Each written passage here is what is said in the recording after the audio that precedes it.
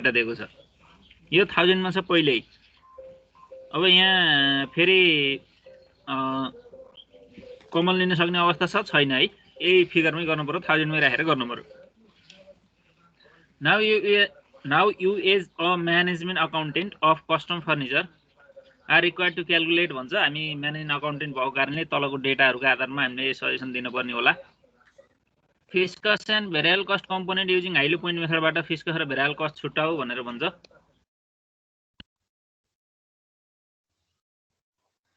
क्वेसनमा high unit भने कति छ? मेसिनहरु कति छ हाई? 140। लो युनिट भनेको 100 रुपैयाँ 100 युनिट रहेछ। 100 आवर छ। अनि यता त्यसैको ठ्याक्कै हाई कस्ट भनेको 260 हुने भयो। त्यसै गरी हामी हाई लो पोइन्ट लाएर फिक्स्ड कस्ट र भेरिएबल कस्ट निकाल्न सक्छौं, त्यहाँ समस्या भएन हैन। अनि दुईमा fixed and variable cost component using least square मेथडबाट नि गर्नु पर्यो के फेरि? x र y मानेर x र y मानेर लेट मेसिनहरु with the x and maintenance cost with the y भनेर एजुम गर्नु पर्यो। अनि x xy s स्क्वायर निकालिसकेपछि हामी b र y को फर्मुला लाएर हामी भेरिएबल कस्ट पर युनिट र फिक्स्ड कस्ट निकाल्छौं। त्यो लिस्ट स्क्वायरबाट गर्नु पर्यो, त्यहाँ पनि समस्या भएन। यहाँ 1000 मा छ फिगर, त्यही अनुसार गर्नु पर्यो है। हामीले कमन लिइराख्नु पर्यो नि, अलरेडी कमन लिएर राखिदिएको छ के। अनि which method is better to segregate the cost and why भन्छ क्या। कुन मेथड बेटर होला भनेर पढ्यौं हामीले? List square sir. 3-4 वटा कारण भन्नु त ल। Why least square method is better with compare to high low point method?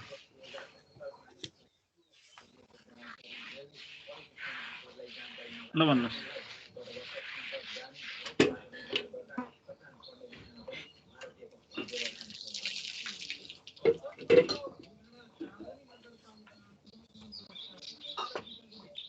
के कारणले हाम्रो लिस्ट स्क्वायर मेथड चाहिँ बढी इम्पोर्टेन्ट छ? बढी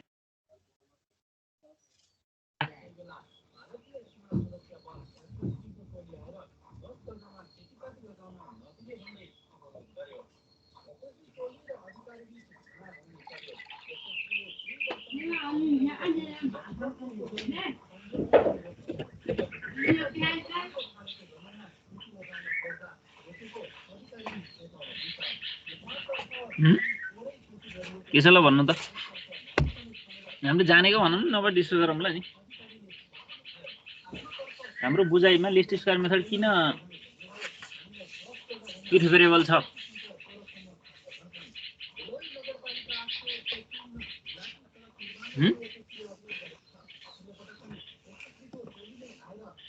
हेलो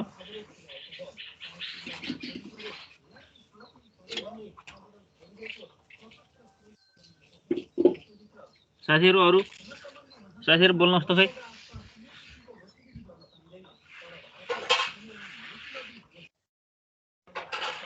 हेलो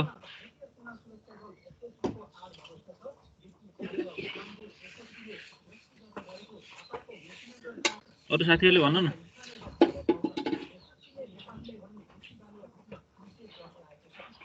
हेलो अरु साथीहरुले भन्नु त के छ अवस्था? लिस्ट स्क्वायरले चाहिँ अलि नजिकैको भ्यालु देखाउँछ। नजिकैको भ्यालु भन्नाले मतलब हाई लो को सम्भावित भ्यालु अलि सोचेको भन्दा अलि टाढाको हुन्छ नि त, अलि एक्ज्याक्टली नहुन सक्छ। अनि अरु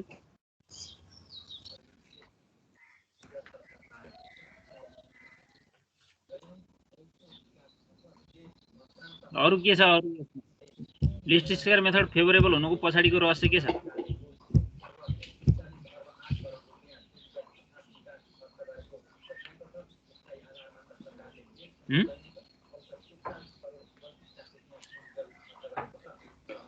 अब हामीले ठ्याक्कै जान्न पर्ने कुरा यसमा के छ भने लिस्ट स्क्वायर मेथडबाट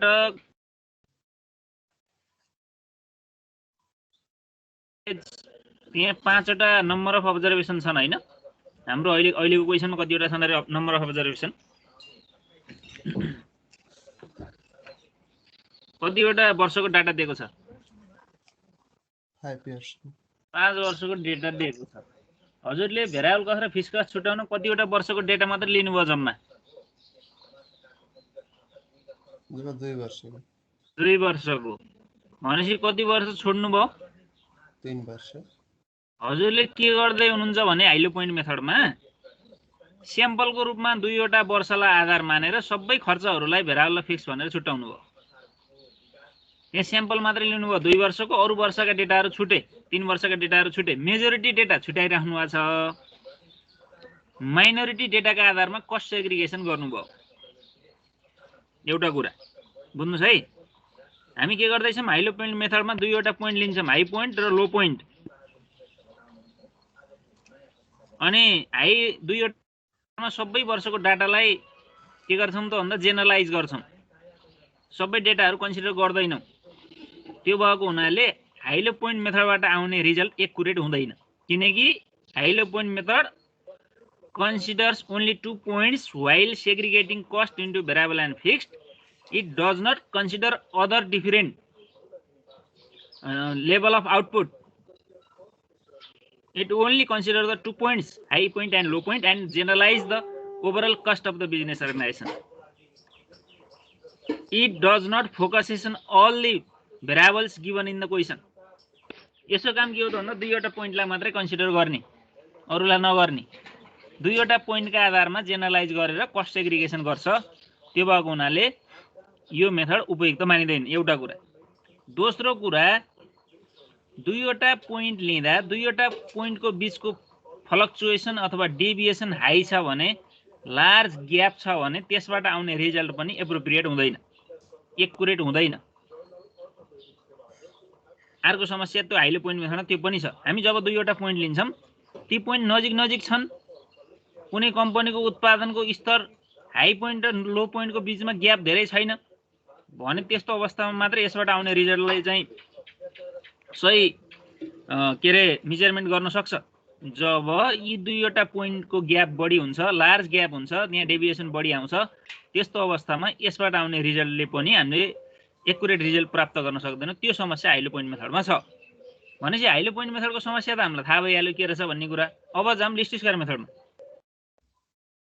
कस्ट सेग्रिगेसन गर्दा 2वटा पोइन्टलाई मात्रै आधार नमानेर सबै भेरिएबलहरूलाई कन्सिडर गर्छ, कुनै पनि भेरिएबल छोड्दैन। यहाँ जतिवटा भेरिएबल छन् ती सबै भेरिएबलहरूलाई एनालाइज गरेर उसले कस्ट सेग्रिगेसन गर्छ। एउटा कुरा के भयो त भन्दाखेरि सबै पोइन्टहरू कन्सिडर हुन्छन्, सबै भेरिएबलहरूलाई यसले कन्सिडर गर्छ। दोस्रो कुरा, यहाँ हाई पोइन्ट र लो पोइन्ट भन्ने हुँदैन, सबै भेरिएबल कन्सिडर गरेपछि डेभिएसन भयो भन्ने हुँदैन। त्यो भएर पनि यो बढी रिलायबल छ, यो एक्युरेट छ, यो साइन्टिफिक छ, यो कज र इफेक्टको रिलेसनसिप डेभलप गर्न सक्छ र यसबाट आउने रिजल्ट पनि एक्युरेट हुन्छ, रिलायबल हुन्छ। यो प्रुफ गरेको छ कि साइन्सले, यसलाई प्रमाणित गरेर हेर्न मिल्छ, यसलाई चेक गर्न मिल्छ। त्यो भएर लिस्ट स्क्वायर मेथड चाहिँ is more preferable with compare to high low point method भयो। अब हामीले यसलाई सटिकमा 2 लाइनमा के भन्नु पर्यो त भन्दा, while segregating cost into variable and fixed under high-low point method, generalize the overall cost of the business organization, but least square method does not consider 2 points. It considers all the variable given in the question while segregating cost. So high-low least square method with compared to high-low point method, which gives accurate result while segregating different cost of the business organization. अब के भयो त भन्दा high-low point method भन्दा list square किन superior भयो त भन्दाखेरि हाइलो पोइन्ट मेथडले 2वटा पोइन्ट मात्रै लिने, त्यसका आधारमा जेनरलाइज गर्ने। लिस्ट स्क्वायर मेथडले के गर्ने, सबै पोइन्ट कन्सिडर गर्ने अनि त्यसले दिने रिजल्ट पनि एक्युरेट पनि हुने। सबै भेरिएबलहरूलाई उसले के गर्छ त भन्दा कन्सिडर गर्छ सेग्रिगेसन गर्ने बेलामा। त्यो भएर least square method more reliable छ, साइन्टिफिक छ, कज र इफेक्टको रिलेसनसिप डेभलप गर्न सक्छ। साइन्स भने के, प्रुफ गरेर हेर्न मिल्ने, चेक गर्न मिल्ने चिजलाई हामीले साइन्स भन्ने हो कि।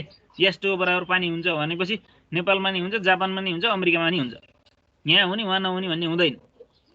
त्यो प्रिन्सिपलमा बेस गर्छ, त्यो साइन्स हो। त्यो न यो list square method scientific method भनेको कारण त्यो हो।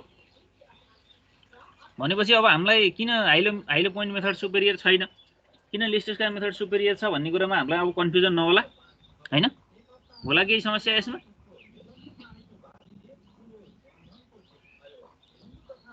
भन्नु त के छ अब हामीलाई यसमा हामीलाई दुविधा हुन्छ कि हुन्न सर यसो लेखौँ न सर होला कि नहोला लेखौँ न सर लेखाइदिनु न सर लेख्न पर्छ त्यही कुरा पर्छ सर पछि बिर्सिएला ल लेख्नुस्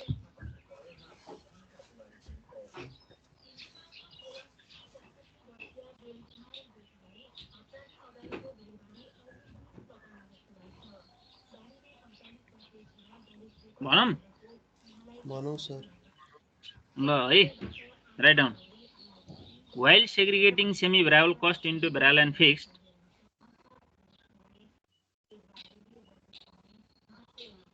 while segregating semi variable cost into variable and fixed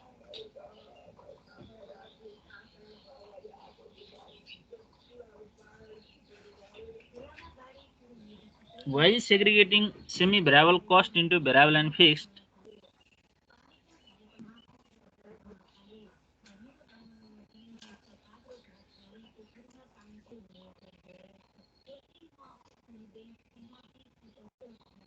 variable and fixed high low point method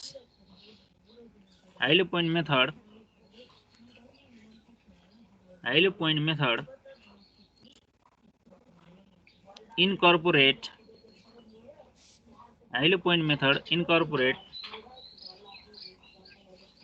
only two variables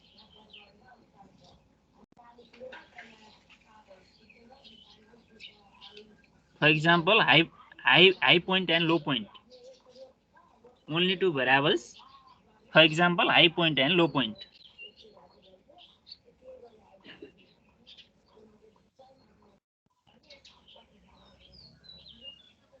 for example high point and low point but under least square method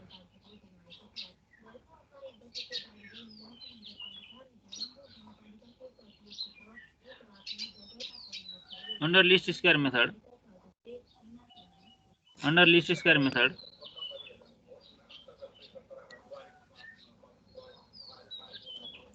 but under least square method under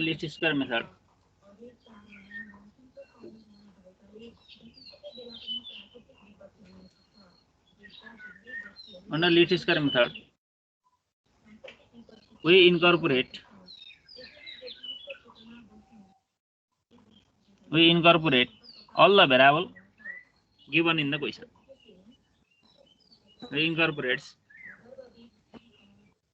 We incorporates all the variable given in the question.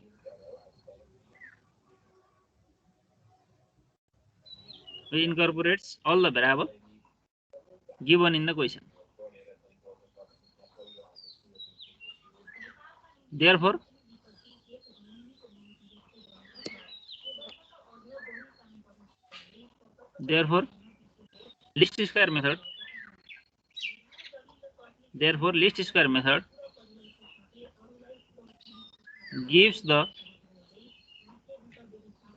least square method gives the more accurate result. Therefore, least square method gives the more accurate result with low point method. Therefore, least square method gives the more accurate result with compared to high low point method.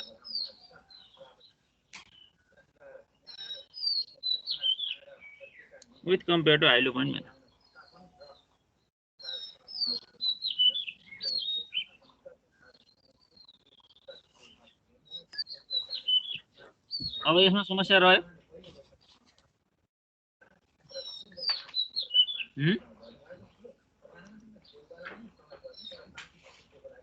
Hello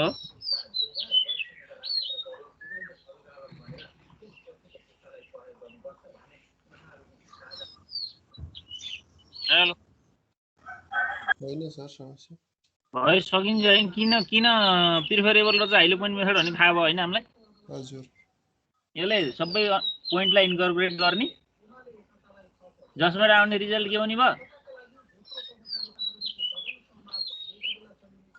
बढी appropriate हुने भयो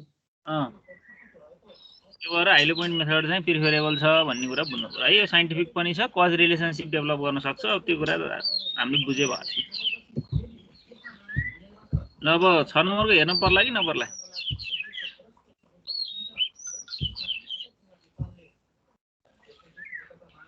पर्ला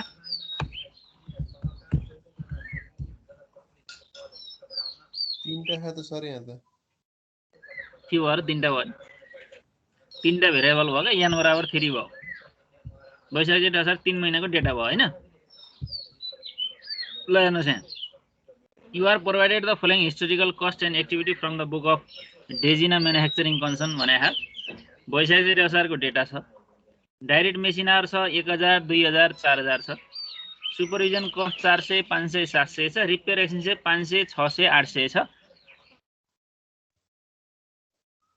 र त्यो check गरे पनि हुन्छ त्यही सेम भेरिएबल कस्टै हो हामीलाई चेक गर्ने भेरिएबल फिक्स छुट्याउने तरिका पनि हामीलाई थाहा छ त्यहाँ समस्या भएन अब यहाँ के भन्नु भन्दाखेरि find out the value of variable cost per machine hour and fix cost for the above expenses by using least square method भन्छ हैन लिस्ट स्क्वायर मेथडबाट भेरिएबल कस्ट र फिक्स कस्ट छुटाउन सकिन्छ हामीले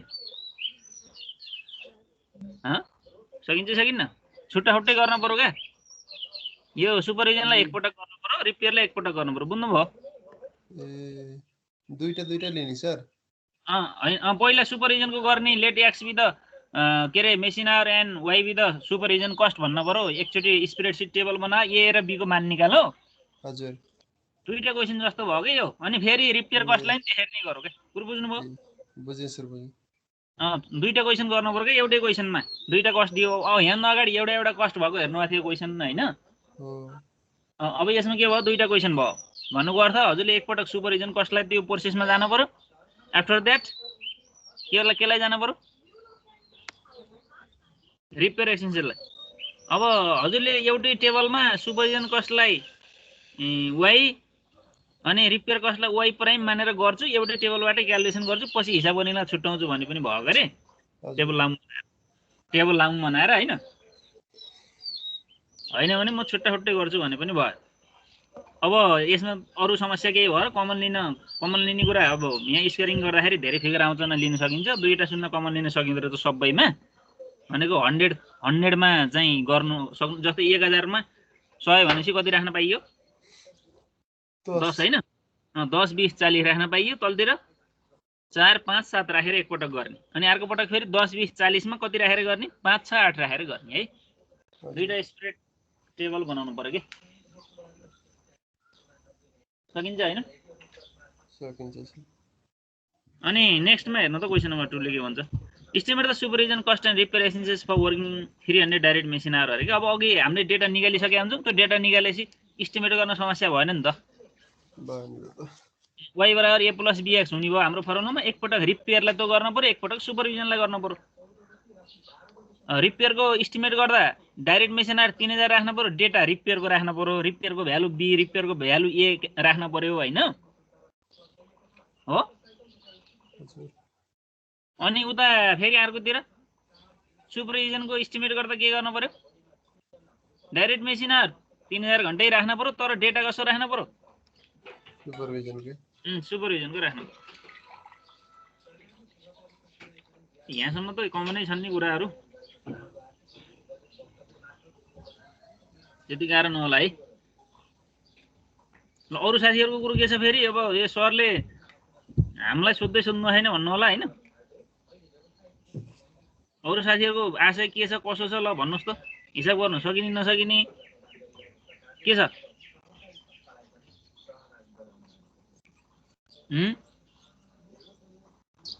सकिन्छ सर सकिन्छ हैन हिसाब हेर्नु आछ गर्दैन के भ्याउनु छैन हेरिरहेछौँ। अब यो यस्तो हुन्छ है, अब के हुन्छ भने अब न्युमेरिकल पार्टमा हजुरले हिसाब गर्नुहुन्छ भने कहाँ अड्किन्छ भन्ने थाहा हुँदैन। अब हजुरले नभनेसम्म म रोकिन पनि मिलेन, म त अगाडि बढिराख्ने। अब हजुरले ल यहाँ अप्ठ्यारो पऱ्यो भने रोकिन्न हो होइन, नभए मलाई त थाहा हुन्न हजुर कहाँ रोकिनुहुन्छ भन्ने कुरा। मैले त अलिक फरक खालको भए त्यसलाई अलि फोकस गर्नु पऱ्यो, नभए अब नर्मलै लाग्ने कुराहरूलाई अब हजुरले हेर्नु पऱ्यो। अनि हिसाबमा समस्या देखियो भने ल है सर यहाँ यसलाई डिस्कस गरौँ, यो बुझिएन यो भन्नु पऱ्यो है। त्यसको लागि साथसाथै कुद्न सक्नुभयो भने अब सहज हुन्छ। अब म अहिले पाठ भ्याउँदाखेरि हजुरले हिसाबै सुरु गर्नुहुन्न भने फेरि त्यति बेला गाह्रो हुन्छ। घरतिर अलिकति टाइम निकालेर न्युमेरिकल पार्टलाई फोकस गर्नु पर्यो।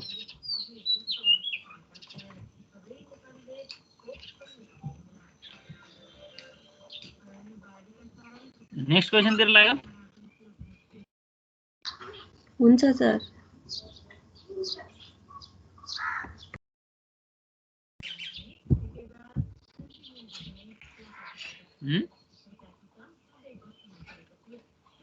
नेक्स्टतिर लाग्यो कि धेरै हुन्छ?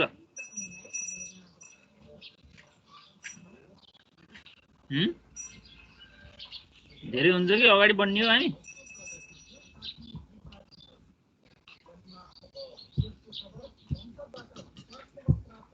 ल यो क्वेसन नम्बर 7 मा एकचोटि हेर्नु त ल।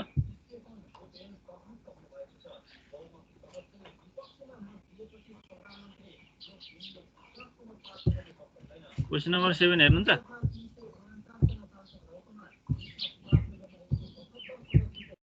7 हेर्नु है, देखिया छ? हजुर सर। ल क्वेसन नम्बर 7 राम्रोसँग बुझौँ। अनि Phewa boating and rafting services provide you the following data relating to its service revenue and service cost are. You as newly find the task of segregating the mixed cost given below are the information and other requirements भन्छ। यहाँ एउटा Phewa boating र rafting सर्भिसको डेटाहरू दिएको छ। त्यहाँ revenue from services भनेर दिएको छ। त्यो सेवा दिँदा यति यति पैसा कमाइएछ, 2,35,000, 2,54,500, 2,72,500, 3,15,000, 2,20,000, 2,25,700 गरेर कुनै महिनाको कुनै दिनको यो दैनिक डेटा हुन सक्छ, मन्थली डेटा हुन सक्छ, इयरली डेटा हुन पनि सक्छ। हामीलाई त चाहिएन। कस्ट टु प्रोभाइड सर्भिस भन्छ। यो सर्भिस दिँदा यति खर्च लाग्यो अरे 35,200 लगायत 34,800 सम्म कस्ट पनि दिएको छ, रेभेन्यू पनि दिएको छ। अनि तल हामीलाई रिक्वायर्डले के भन्नु थियो भन्दाखेरि रिक्वायर्डमा हामीलाई सोधिरहेछ हैन यसले, from the information first identify the activity whether sale revenue or service cost are the activity explain भन्छ। 2 मा determine the fix and variable component of the cost using high low point method भन्छ। अनि अब पहिलो कुरा मैले यहाँ हजुरलाई के सोधेँ भने अहिलेसम्म हजुरले गरेका हिसाबमा एउटा युनिट हुन्थ्यो, एउटा कस्ट हुन्थ्यो। युनिटलाई एक्स मान्नुहुन्थ्यो, कस्टलाई वाइ मान्नुहुन्थ्यो हैन? त्यही हो? हो सर। ओके।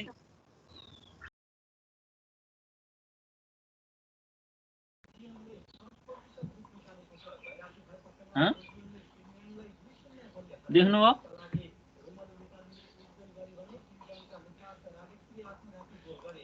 देख्नुभयो?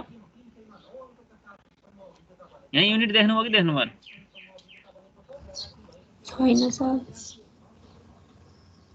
अब क्वेसनले हामीलाई 1 नम्बरले के सोध्छ भने from the supplied information first sell revenue or service cost are the activity are. यहाँ एक्टिभिटी के हो? रेभेन्यूलाई युनिट मान्ने कि यो कस्टलाई युनिट मान्ने हो? कुरो बुझाउन सक्छ क्वेसनले। ल भन्नुहोस् के गर्ने? हामी यहाँ एउटालाई एक्स र एउटालाई वाइ त मान्न पर्यो हैन?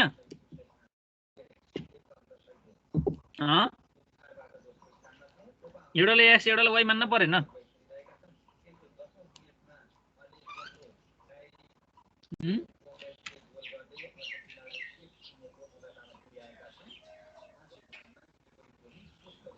पर्छ कि पर्दैन? अहिले लिस्ट स्क्वायर मेथड लाउँदा एउटालाई एक्स एउटालाई वाइ मान्न पर्छ कि पर्दैन? पर्छ सर। कुनलाई एक्स मानौँ कुनलाई वाइ मानौँ ल भन्नु त, लजिक लाउनु।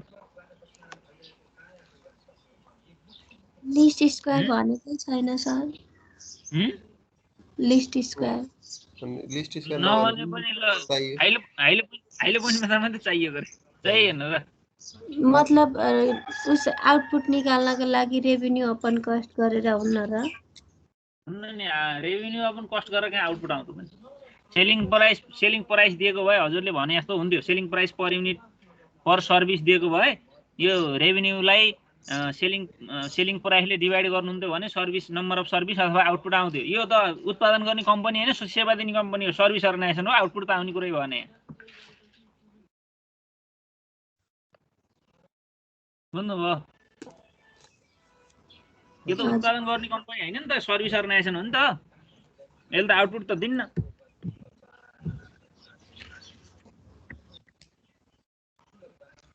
यो उसलाई कस्टलाई चाहिँ युनिट मान्ने हो कि जस्तो लाग्यो सर किनभने हाम्रो इनपुट भनेको त वास्तवमा भनेको चाहिँ कस्ट हो नि त त्यो कस्ट लगाएको भएर न त्यो रेभेन्यू जेनेरेसन भएको हो अरु साथीहरुको लजिक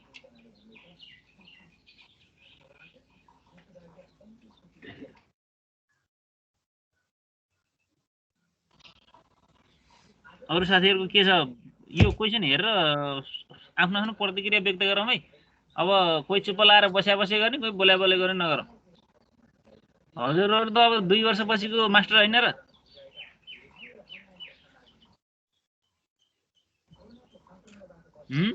अनि युनिट सानो हुन्छ नि त एज कम्पेयर विथ कस्ट गर्दाखेरि त्यही भएर कस्टलाई वाइ मान्ने हो कि कस्टलाई वाइ मान्ने अनि रेभेन्यूलाई एक्स मान्दा रेभेन्यू त धेरै छ के यहाँ कस्ट भन्दा त छैन र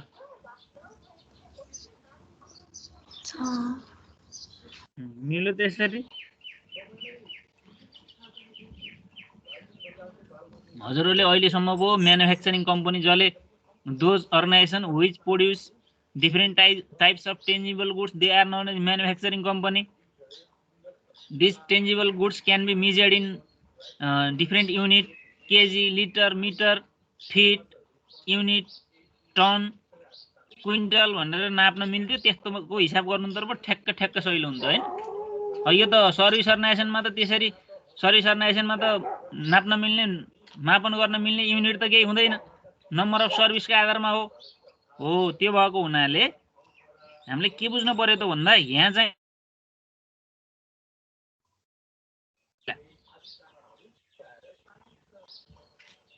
हजुरले सेग्रिगेसन गर्ने भेरिएबल र फिक्स कस्ट छुट्याउने कस्टलाई हो कि रेभेन्यूलाई हो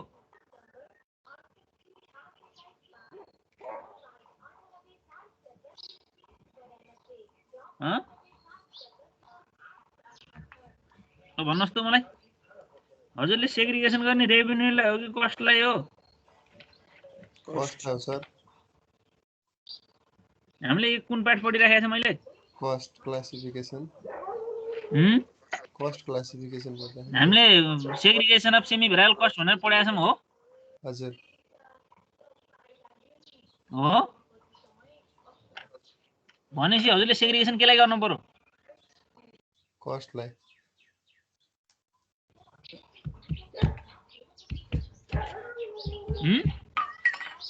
सेग्रिगेसन केलाई गर्नु पर्यो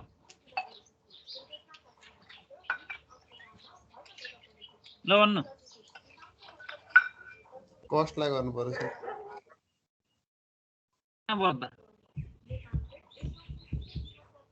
हजुर वाइ केलाई मान्नु पर्यो रेभेन्यूलाई मान्नु पर्यो वाइ चाहिँ कस्टलाई मान्नु पर्यो सर कस्टलाई मान्नु पर्यो हो हामीले सेग्रिगेसन त कस्टलाई गर्ने हो रेभेन्यूलाई सेग्रिगेसन गर्ने हो हैन त्यो भएर रेभेन्यूलाई एक्स मान्न पर्यो युनिट जस्तै X let revenue with the X variable भन्न पर्यो युनिट भन्न परेन हैन cost with the Y variable भन्न पर्यो किनकि हामीले सेग्रिगेसन केलाई गर्ने हो अहिले लिस्ट स्क्वायरबाट गर्दा पनि हामीले गर्ने त त्यो हो नि अहिले त यहाँ त्यो चाहिएन हाइलो पोइन्ट मेथड छ हामीसँग त्यही पनि युनिट र उ त छुट्याउनु पर्यो नि त high cost minus low cost divided by high point minus low point गर्नु पर्यो त्यो भएको हुनाले हामीले अहिले लिस्ट स्क्वायर नगरे पनि हामीले कुरो के बुझ्नु पर्यो त भन्दाखेरि cost are incurred to generate revenue. We have to segregate cost, semi-variable cost into variable and fixed. So, under this question, revenue be the activity level and cost be the cost. Revenue भनेको activity भयो, cost भनेको कस्टै भयो। हामीले segregation कस्टलाई गर्ने हो, त्यही भएर हामी यहाँ रेभेन्यूलाई के मान्नु पर्यो त भन्दा एक्टिभिटी मान्नु पर्यो। अब क्वेसन नम्बर 1 ले त्यही भने from the supplied information first identify the activity whether sale revenue or service cost are the activity भन्छ। अब sales revenue be the activity cost are incurred for generating revenue and we have to segregate cost into variable and fixed, so revenue be the activity भनेर भन्दिनु पर्यो है हामीले। किन revenue activity भयो अरे? रेभेन्यू एक्टिभिटी किन भयो? अहिले हामीले कस्ट क्लासिफिकेसन पढिरहेको छौँ, कस्टलाई चाहिँ कस्टबाट हामीले क्लासिफिकेसन गर्ने भएको भएर गर्नु पर्यो एउटा कुरा। अनि cost are incurred for generating revenue, का कस्ट किन गरिएको छ? कस्ट हामीले खर्च किन गर्यौं? रेभेन्यू जेनेरेसन गर्नलाई कस्ट गरियो हैन हो? हजुर सर। यो भएको हुनाले रेभेन्यू चाहिँ यहाँ एक्टिभिटी भयो। दुईले के भन्छ? Determine the fixed and variable component of the cost using high low point method भनेपछि अब यहाँ हाई पोइन्ट लो पोइन्ट छुटाउन सक्नुहुन्छ नि, सक्नुहुन्छ हैन? 2.35 2.54 2.72 3.15 2.20 2.25 भनेपछि लो पोइन्ट कुन भयो? 2.20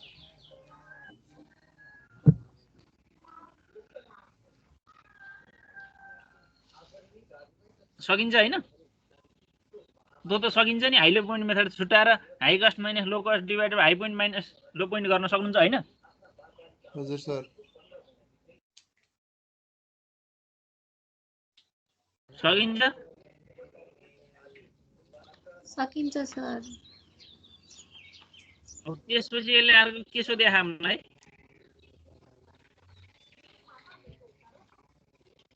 अनि determine the cost that would be incurred at sales 3 lakh भनेपछि त्यो एक्स को भ्यालु 3 लाख राख्दाखेरि कति कस्ट लाग्छ भनेर भन्छ है।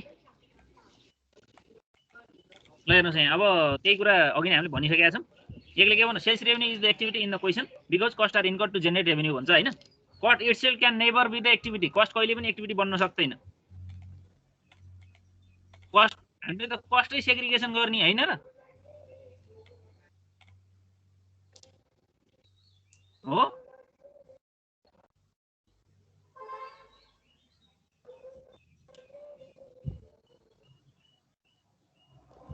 हामीले सेग्रिगेट गर्ने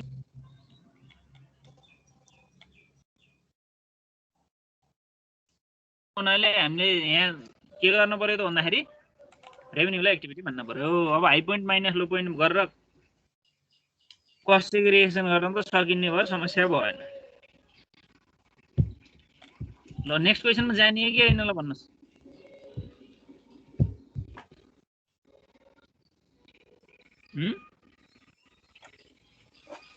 जानियो नेक्स्ट क्वेसनमा कि बिचमा गर्ने? हेर्ने भए हेरौँ सर।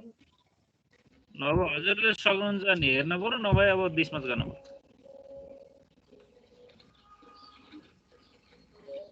अगाडि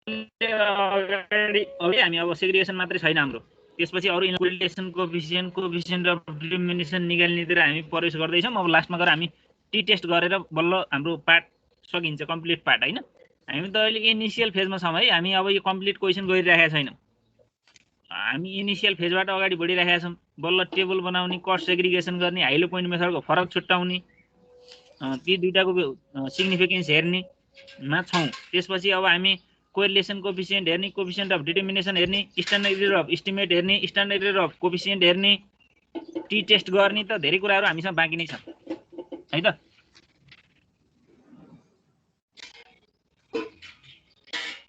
अब यो क्वेसन नम्बर 8 लाई एकचोटि हेर्नु त नि हजुरहरूले। यो क्वेसनमा हेर्नु त 100 फिगरमा दिएको छ, कस्ट अफ गुड्स सोल्ड कतिको प्रोडक्सन युनिट कतिको फिगरमा छ प्रोडक्सन युनिट भनेर कति कमन लिएको छ भनेको मैले 100 अनि कस्ट अफ गुड्स सोल्डमा कति कमन लिएको छ 1000 बेस मिल्यो मिल्दैन अब बेस मिलाएर मात्रै हिसाब गर्न मिल्छ यही डेटा राखेर हिसाब गर्न सक्नुहुन्न कि त प्रोडक्सन युनिटलाई 1000 मा लान पर्यो कि त कस्ट अफ गुड्स सोल्डलाई 100 मा ल्याउन पर्यो यहाँ बेस मिले छैन हजुरहरूले क्वेशन पढ्ने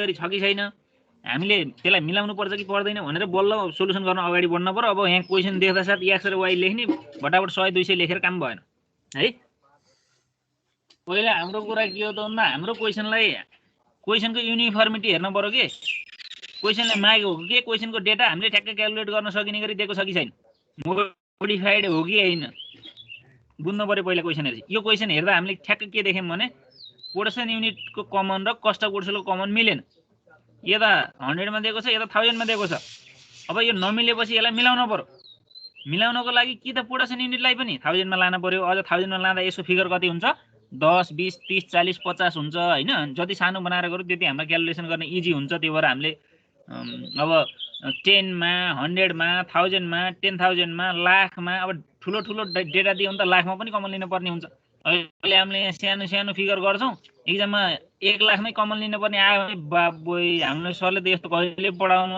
भनेर डराउनु पर्ने पनि कुरा आएन किनकि त्यहाँ आखिर जति यो कमन नलिकन राख्दा किन कमन लिन पर्यो नलिकन यहाँ स्क्वायरिङ गर्नुपर्छ फिगर लामो छिटो क्याल्कुलेसन गर्नलाई हामी त्यो गरे हो भनेपछि अब हजुरले के गर्नुहुन्छ हैन म दुईटै 100 मा राखेर गर्छ भने सोल्लाई 200 को ठाउँमा 2000 लेख्न पर्यो 100 मा लाँदा 300 को ठाउँमा 4000 500 को ठाउँमा 5000 600 को ठाउँमा 6000 पुर्याउनु पर्यो अदरवाइज म 1000 मै ठीक छ भन्नुहुन्छ भने प्रोडक्सन युनिटलाई 1000 मा लाँदा कति घट्छ एउटा शून्य घट्छ हैन बल्ल हुन्छ भनेपछि before starting solution we have to manage question अब हामीले के गर्नु पर्यो प्रोडक्सन युनिटलाई x मान्ने कस्ट अफ गुड्स सोल्डलाई y मान्दाखेरि कमन लिने कुरा यो गर्नु पर्यो हैन सकिन्छ हैन त्यसलाई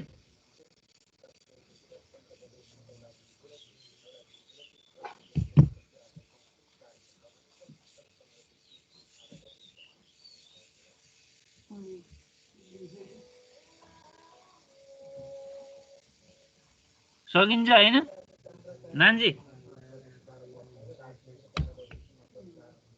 सकिन्छ सर अनि त्यो त भइहाल्यो कमन लिएर मिलाउन सक्यो समस्या र segregation of cost of goods sold by using least square method भनेर चाहिँ लिस्ट स्क्वायरबाट पहिला सेग्रिगेसन गर्नु पर्यो अब सेग्रिगेसन गर्दाखेरि ए भेरिएबल र बी भेरिएबलको मान निकाल्ने हो हामीले त्यहाँसम्म हामीले अहिलेसम्म गरेकै स्टेपहरु भए अब कोरिलेसन कोएफिसिएन्ट पनि निकाल्ला भनेर थप्यो हैन कोरिलेसन कोएफिसिएन्टको भ्यालु निकाल्नलाई हामीलाई फर्मुला थाहा छ नि के हो formula n sigma xy minus sigma x into sigma y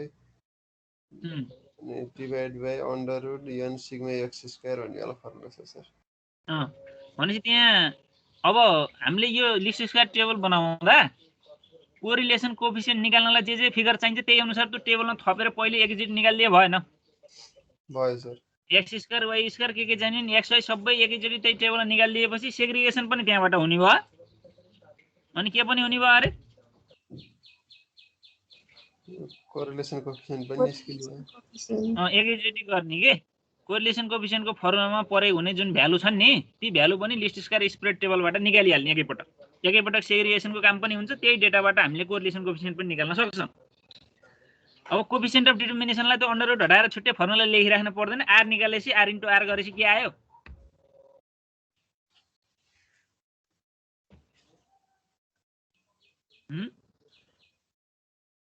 r * r गरेपछि के आयो कोएफिसिएन्ट अफ डिटर्मिनेसन आयो अब फेरि रुट हटाउने त्यो छुट्टै फर्मुला लेख्ने त्यो लेन्दी प्रोसेस गर्नु पर्दैन कुरो बुझ्नु पर्यो अनि त्यसलाई त्यहीबाट क्याल्कुलेट गर्न सकिन्छ है अब हामीले यहाँ क्याल्कुलेसन त हजुरले फर्मुला लाएर गर्न सक्नुहुन्छ कुरो के भन्दा कोरिलेसन कोफिसिएन्ट भनेको के हो, कोफिसिएन्ट अफ डिटर्मिनेसन भनेको के हो, ठ्याक्क मिनिङ यो क्वेसनमा मानौँ कोरिलेसन कोफिसिएन्ट 0.90 आयो भने हजुरले यो कोरिलेसन कोफिसिएन्ट 0.90 इन्डिकेट्स द्याट भनेर ठ्याक्क लेख्न सक्नु पर्यो के। त्यसको रिजल्ट के हो, त्यसको मिनिङ के हो, डेटालाई मिनिङफुल बनाउनु पर्यो, एक्सप्लानेसन गर्नु पर्यो डेटाको। के हो हामीले हिसाब निकालेर 0.90 आयो मेरो कोरिलेसन भनेर मात्रै हुनाले हाम्रो यहाँ फोकस के हो त भन्दा डेटालाई इन्टरप्रेट गर्ने, डेटाले भन्न खोजेको कुरा के हो भनेर सिक्यो।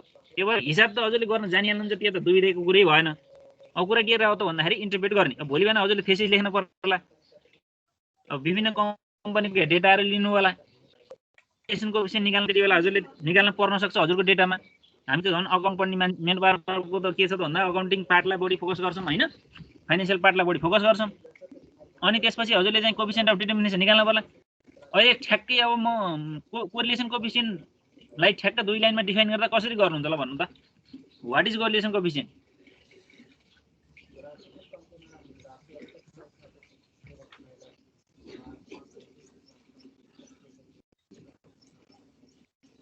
कोरिलेसन कोफिसिएन्ट भने के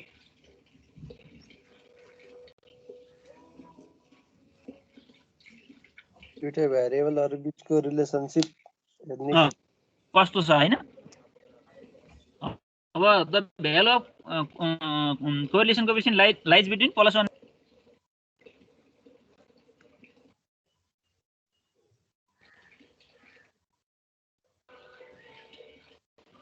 हो कि हैन। कोरिलेसन कोफिसिएन्टको भ्यालु कतिको बिचमा रहन्छ?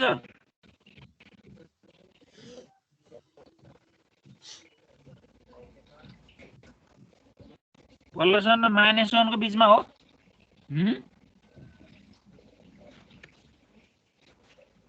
हो कि हैन? हेलो हो सर हो। अनि +1 र -1 को बिचमा रहँदा यो 90 कोरिलेसन कोफिसिएन्ट आयो भने के बुझ्नुहुन्छ हजुरलाई भन्नुहोस्। कोरिलेसन कोफिसिएन्टको भ्यालु 0.90 आयो प्लस, अब मैले के बुझौँ त्यसलाई? Highly positive relationship between production unit and cost of goods sold. बुझिराख्नुहोस् है, पछि डेटा इन्टरप्रेट गर्नुपर्छ भनेको प्रोडक्सन युनिट र कस्ट अफ गुड्स सोल्डको बिचमा हाइली पोजिटिभ रिलेसन छ भनेर त्यसले इन्डिकेट गरेर 0.90 भन्नुको अर्थ के? फेरि हाइली पोजिटिभ रिलेसनशिप छ भन्नुको अर्थ के? यो क्वेसनलाई बेस गर्दा त्यसको भन्नुको अर्थ के? त्यो भन्नुको अर्थ प्रोडक्सन युनिट बढ्दा अल्टिमेटली के पनि बढ्छ? कस्ट अफ गुड्स सोल्ड बढ्छ। प्रोडक्सन युनिट घट्दा कस्ट अफ गुड्स सोल्ड घट्छ भन्ने संकेत गरेको हो है, त्यो भनेको भन्ने बुझ्नु पर्यो। त्यो 0.90 भन्नुको अर्थ हाइली पोजिटिभ रिलेसनशिप भनेको भन्नुको अर्थ एउटा बढ्दा अर्को पनि बढ्छ, एउटा घट्दा अर्को पनि घट्छ भनेर भनेको। अब मानौँ त्यही फिगर 0.90 माइनसमा आयो, त्यही अहिले हजुरले भन्नुभएको डेटा माइनसमा आएको रिलेसन भने हजुरले के बुझ्नुहुन्छ? अब there is negative relationship between product highly negative relationship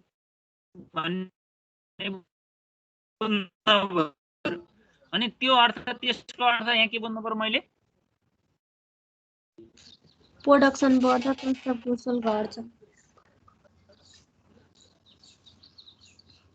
production unit र कस्ट अफ गुड्स सोल्डको नेगेटिभ रिलेसनशिप छ भन्नुको अर्थ प्रोडक्सन युनिट बढेको बेलामा कस्ट अफ गुड्स सोल्ड घट्छ, प्रोडक्सन युनिट घटेको बेलामा कस्ट अफ गुड्स सोल्ड बढ्छ। उल्टोतिर हिँड्छन्, दुईवटा एउटै दिशामा मुभ गर्दैनन्, दुईटाको दिशा विपरीत हुन्छ भन्ने अर्थ बुझ्ने हैन मैले। अब त्यसो भने हामी यो कोएफिसिएन्ट अफ डिटर्मिनेसन r² भनेको त r को 2 टाइम्स गर्ने भने हो नि हैन? हजुर। अब मानम 0.90 अहिले पोजिटिभ आएकोलाई r² गर्दा त्यसको भ्यालु कति आउँछ?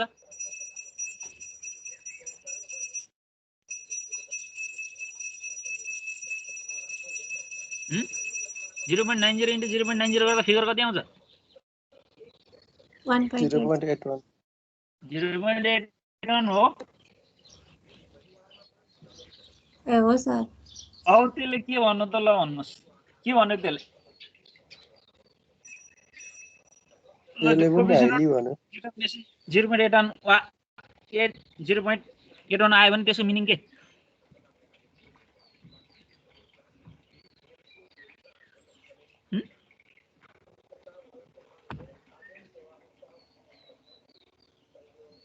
ल भन्नु त त्यसको मिनिङ के कोएफिसिएन्ट अफ डिटर्मिनेसन 0.81 आयो अहिलेको रिजल्टमा मैले त्यसलाई कसरी इन्टरप्रेट गर्ने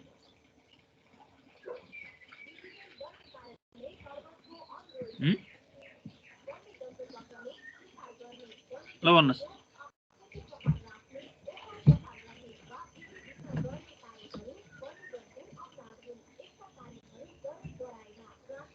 हाई डिग्री हो सर हजुर high degree of positive relationship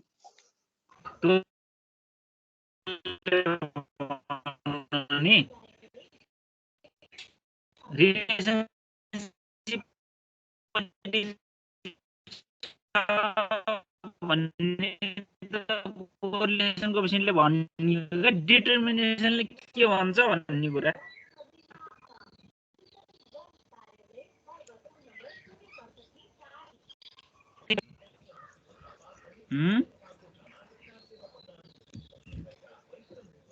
अरु साथीहरुको के छ राय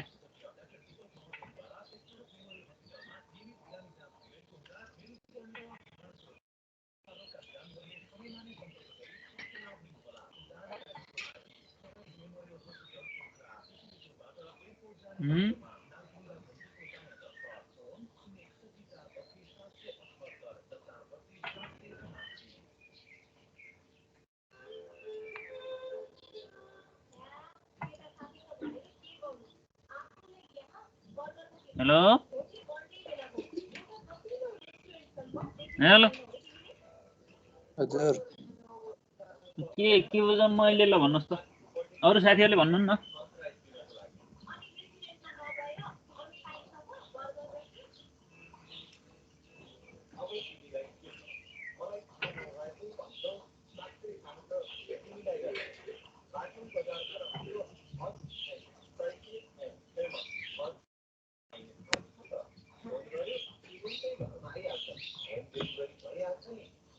के छ आशय आएन कि के भयो ल भन्नुस् त 0.81 has been explained by भन्ने त्यस्तै टाइपको हो कि सर मोटामोटी त्यही हो यो कस्ट अफ गुड्स सोल्ड जुन देखिराख्नु भएको छ नि खर्च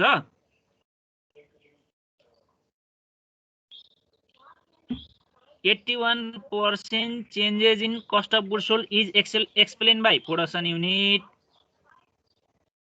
Coefficient of determination equals to 0.81 means 81% change in cost of goods sold is determined by production unit.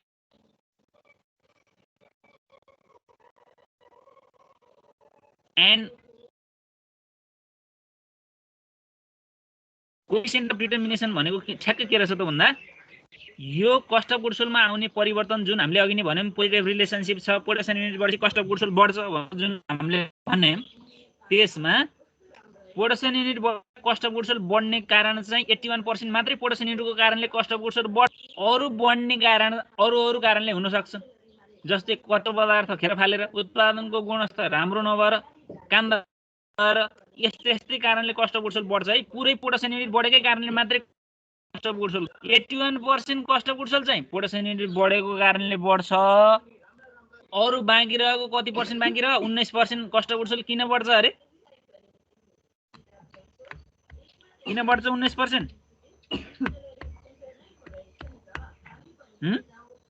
अरु कारणले बढ्छ 19% बढ्नुमा कसको हात छैन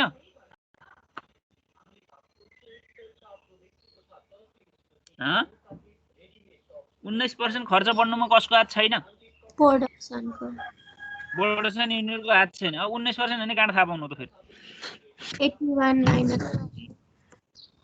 100 हो अब हामीले कोएफिसिएन्ट अफ डिटर्मिनेसनको कुरा बुझियो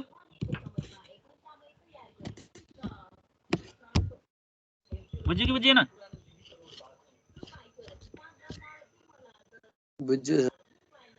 अब सकिन्छ हैन सकिन्छ सर अब भोलि आउँदा हजुरले कोएफिसिएन्ट अफ डिटर्मिनेसनको क्वेसन गर्ने हो र मलाई ठ्याक्क भन्ने हो है ल यस्तो भयो भनेर बुझ्नुभयो हजुर सर अब हाम्रो पार्टिसिपेसन कतिजना 24जना भयो हैन त टोटल हामी कतिजना अरे आज हाइएस्ट हो सर ए आज राम्रो हो सर। रेकर्ड गरे ए ल ठिकै छ अब हिसाब चाहिँ गर्नु पर्यो साथी अब हिसाब नगरेसँग त म बोल्ने काम भयो यो सानोतिनो बरु सानोतिनो छोड्नुहोस् अब यतातिर लाग्छ के अरे मिनिङ क्या इन्टरप्रेट गर्ने डेटाहरू कोरिलेसन कोएफिसिएन्ट निकाल्ने कोएफिसिएन्ट अफ डिटर्मिनेसन निकाल्ने यसले यो भनेको भन्ने कुरा बुझ्नु त हिसाब देखेपछि सकिहाल्नुहुन्छ नि फर्मुला लाउने हिसाब गर्ने भन्ने कुरा ठुलो भएन के डाटा इन्टरप्रेट गर्ने कुरा ठुलो भयो त्यसले भनेको के हो यसको मिनिङ के हो भन्ने कुरा ठुलो भयो के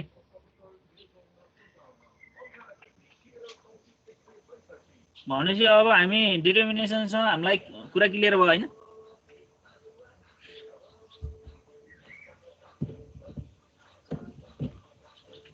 अब हाम्रो अरु के बाँकी छन् यसमा थाहा छ स्ट्यान्डर्ड एररहरु एरर छ एउटा अनि स्ट्यान्डर्ड एररहरु इन्टरभल छ होला अनि अरु त हाइपोथेसिस टेस्टिङ टाइपको टी टेस्टहरु गर्नु पर्यो यति गरेपछि यो कम्प्लिट हुन्छ यो बुझ्नुभयो भने डेटा एनालाइसिस गर्न सजिलो पनि हुन्छ फेरि ल आजलाई डिस्मिस गरौँ के अरे है त